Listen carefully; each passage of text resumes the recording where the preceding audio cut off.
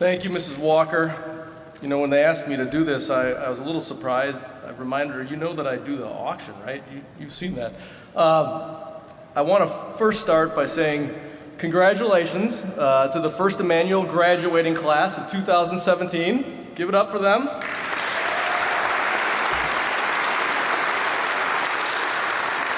Now, I know you worked hard to get here today. I know that you survived Mr. Nelson's physics to go before every class, Miss Shield's Civil War music, and excessive playing of 50 Ways to Leave Your Lover. You survived the stinky bus ride home from Washington, D.C.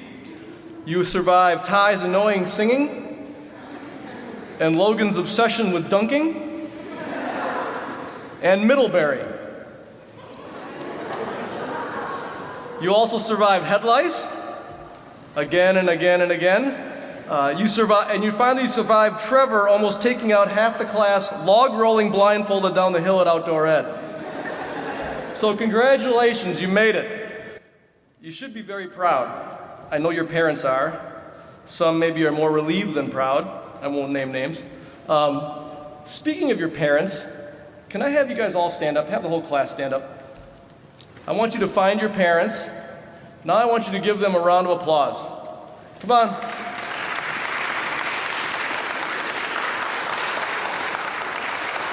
Because they easily put as much or more work into getting some of you through school, believe me. And now I'd like you to face the teachers. Face the teachers, get back up. It was way harder on them than it even was your parents, so give them a round of applause. You know, now that I'm looking at you, can sit down now. Now that I'm looking at you, you're a pretty good looking group. You clean up pretty good. And you've grown up. I remember when you looked like this.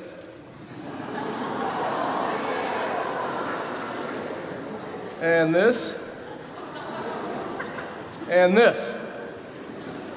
A lot has changed, huh? Brady Edgren isn't little Brady Edgren anymore. He has a man voice and he shaves. Emma Osborne can bike like 50 miles without breaking a sweat. Trevor is apparently super cool. He's got a nickname, T-Rev. And Seth smiles in pictures. Seth, when did this happen?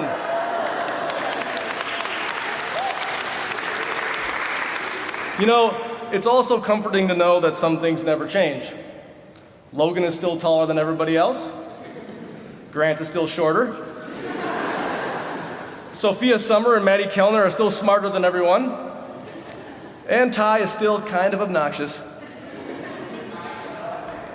Kind of. But things are going to change after you leave here today. I remember when I graduated 8th grade in 1978 from Mother of Good Counsel. That was a sweet shirt back then. Things have changed a ton since then. I remember our phone hung on the wall and looked like this.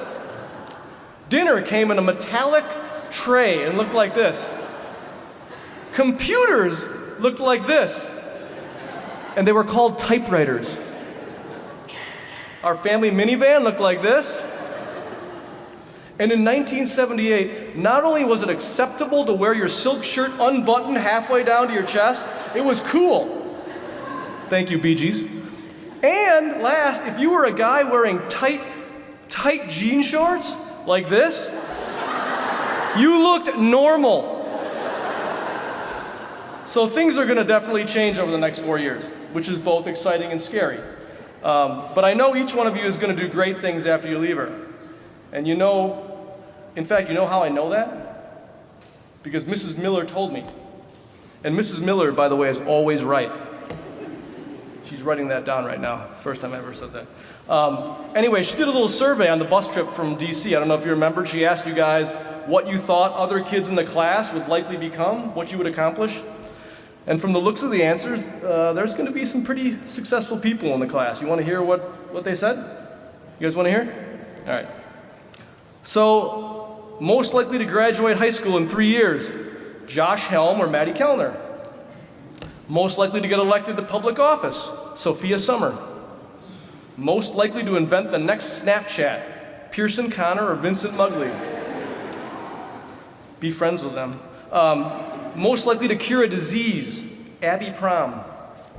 Most likely to play a professional sport, Logan Landers. Most likely to be a teacher, Marissa Valdez or Laura Wilcox. Most likely to be head of the Washington County Highway Department, Brady Edgren. Another good guy to know. Most likely to be high school valedictorian, Maddie Kellner or Will Lamb. Most likely to write the next Twilight series, Laura Wilcox or Emma Tweetmeyer. Most likely to be a WWE wrestler, Bryce. Most likely to become a pastor, Nick Habe. Most likely to have Dawn Walker's job someday, Judah Wiley. Most likely to own a Culver's, my favorite restaurant, Grant Schirkenbach. Most likely to be on Broadway, Emma Upton. Most likely to be a YouTube sensation, Trevor Trepty. Most likely to join a boy band, Sam Last. Most likely to travel the world, Sydney Brown. Most likely to marry their high school sweetheart, Evelyn Cassidy. Most likely to be on The Bachelor, Ty Miller. I don't know if that's good or bad. Most likely to run off with the circus, Nathaniel Hilgendorf. Most likely to win the lottery but lose their ticket, Trevor Trepty. Most likely to win the reality show Survivor, Grant McGraw, because rednecks always survive.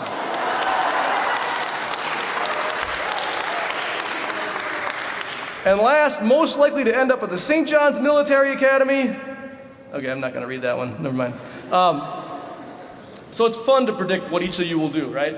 What you'll become 4 years from now, 10 years from now.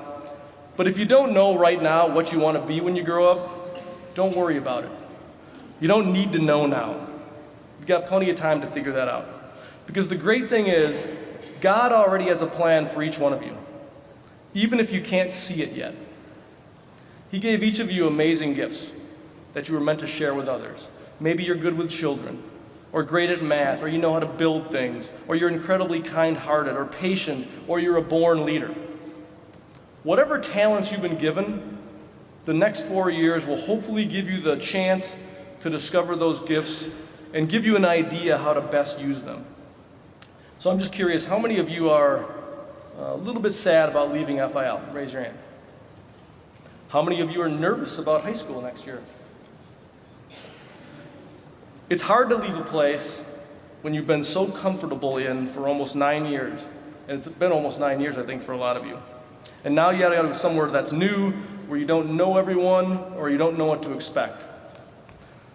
But I'm gonna tell you something that if you only remember one thing that I say today, I want you to remember. When you get to high school, make sure you push yourself to go outside of your comfort zone. Because no one has ever been successful in any business, in sports, in life, without pushing themselves to try things outside of their comfort zone. It's the only way to truly grow as a person. And even more importantly, God didn't intend for you to live a comfortable life. He intended for each of you to go out and use the gifts that He gave you to do amazing things. He also intended for all of you to go out in the world and show your faith, witness to others, which isn't always a comfortable thing to do either. I'll let you in on a little secret. I know a lot about living uncomfortably. My whole life I've been asked to do things way outside my comfort zone. Things that I've been scared to do, things that I've been unsure about. I'll give you an example. When Pastor Rosh asked me to MC the First Immanuel auction 4 years ago, I said, "What? There's no way. I've never MC'd anything in my whole life. I can't do it." But I did. And then I went even further outside my comfort zone in the first year by wearing an MC Hammer outfit. I don't know if that was a good idea. When Mr. E asked me to coach the boys basketball team in 5th grade, a lot of you were on that team, I was super nervous. First, I'd only coached girls before, and then he tells me I'd be coaching with Mr. Klemp, who's been a head coach for like 50 years, and he's my assistant. And on top of that, I knew I had at least 4 parents coaching from the stands, and one of them was Mr. Landers. who, as you know, can be pretty vocal. So I was really uncomfortable, but I did it. Giving this commencement speech today, way outside my comfort zone. I've never spoken at a graduation. I had a nervous pee 3 times before I came up here.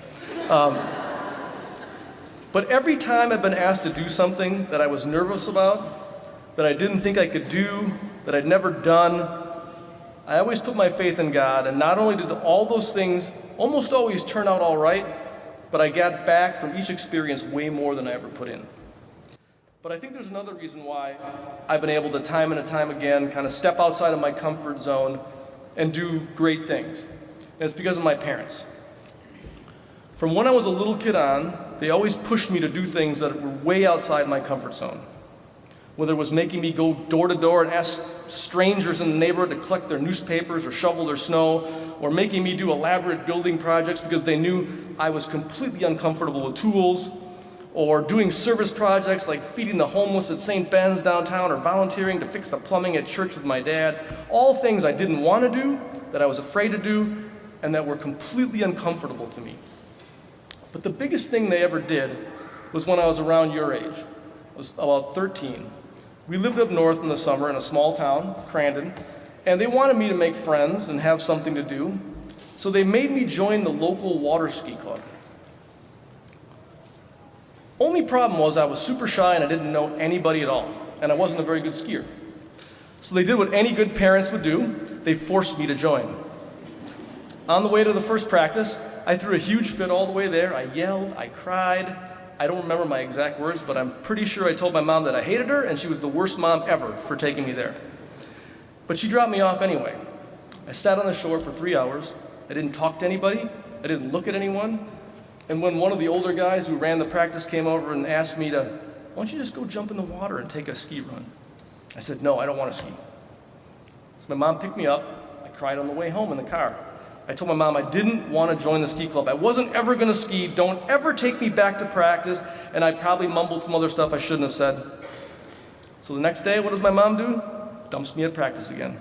Same thing happens. I sit by myself. I pout for 3 hours. At the end of practice, the same guy who runs things comes up and says, why don't you just jump in quick and ski?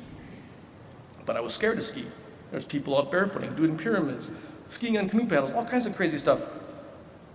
So I say, no, I don't want to. My mom's here to pick me up. And I tell her all the way home in the car, I hate this. I don't want to be in this stupid club. I'm not coming back tomorrow.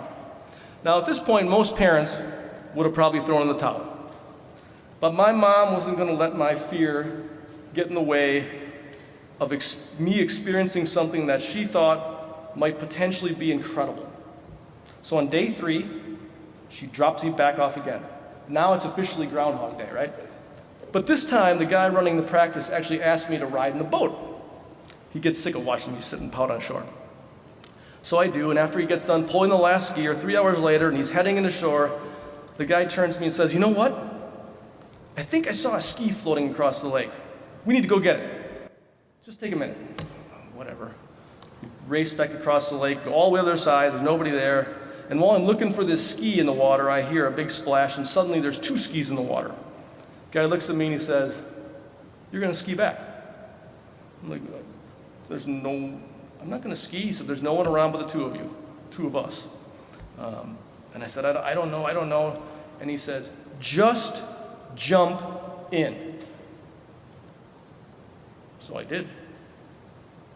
I skied all the way back, and I loved it. When I got back to shore, all the remaining people in the club stood and they clapped and they cheered. And this may sound crazy, but it's probably one of the most important moments of my whole life.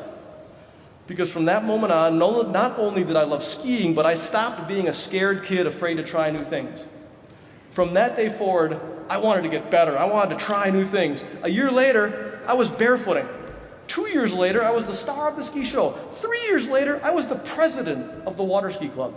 3 years later, I ran the whole thing. I managed boats, equipment, ran practices, planned shows, wrote articles in the newspaper.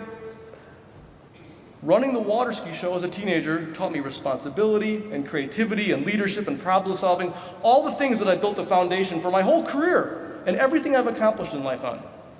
But it only happened because my mom and dad never let me cave into my fear of going outside my comfort zone. And I finally decided to jump. So when you leave here today and you go out of high school, all I ask is that you try things that are outside of your comfort zone. Join a club that challenges you. Take classes that aren't easy. Go on a mission trip. Stand up for someone who's being bullied. Make friends with someone who clearly has no friends. Push yourself to be a faithful Christian and an example of courage to other students, even if it makes you uncomfortable. Because you will always be capable of way more than you think you are. We all are more capable. And when you doubt your ability to do something that's hard, that's uncomfortable, always remind yourself of the words of Joshua 1 verse 9, which is your class verse. Be strong and courageous. Do not be terrified. Do not be discouraged, for the Lord your God will be with you wherever you go. Because it's okay to be afraid. What's not okay is using fear as an excuse to not do something that God is calling you to do. So when it's your turn to jump in the water, jump. Now, before I finish, I do have just a couple tips that I think you really need to know before going into high school. These are going to be really helpful. First, shower every day, whether you think you need it or not. All right? Remember that what you post on Snapchat doesn't always disappear in 15 seconds. So think before you post. Always eat breakfast. It is truly the most important meal of the day. Never, ever text and drive. Be humble. Don't ever take yourself so seriously that you can't laugh at yourself, no matter how big or successful you get. Visit your grandparents as often as you can. And if your grandparents aren't around, visit with other people's grandparents. And when you do, put your phones away and just listen to their stories. I guarantee you'll learn more amazing stuff from them than you can from watching any videos on YouTube. Get up early. We're only on this earth for a limited time. So live each day to the fullest. You can't do that if you wake up after 11 a.m. Evelyn Cassidy. Boys, under no circumstances should you ever wear a romper to school, ever.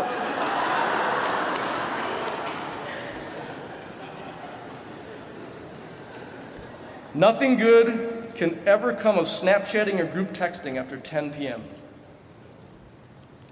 Axe body spray should always be used in moderation, Ty. Oh, and just FYI, maintaining a 365-day streak on Snapchat is as worthless as a fidget spinner. Right? Don't quit anything you start. Well, except drugs. I mean, quit drugs if you start doing drugs, but don't start drugs in the first place, all right? Don't judge people, because you have no idea what's going inside of the other person. You have no idea the battles they're fighting that you can't see. Say your prayers every morning and every night, and be thankful for everything God's given you. Tell your parents every single day before you leave for school that you love them. Always remember that wherever you go, whatever you become, that you came from FIL.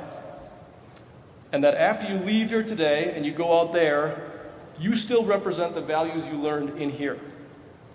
That's a big responsibility. Take it very seriously. And last, always remember that with God's help, anything's possible. So thank you, and again, congratulations to the graduating class of 2017. Go Wildcats!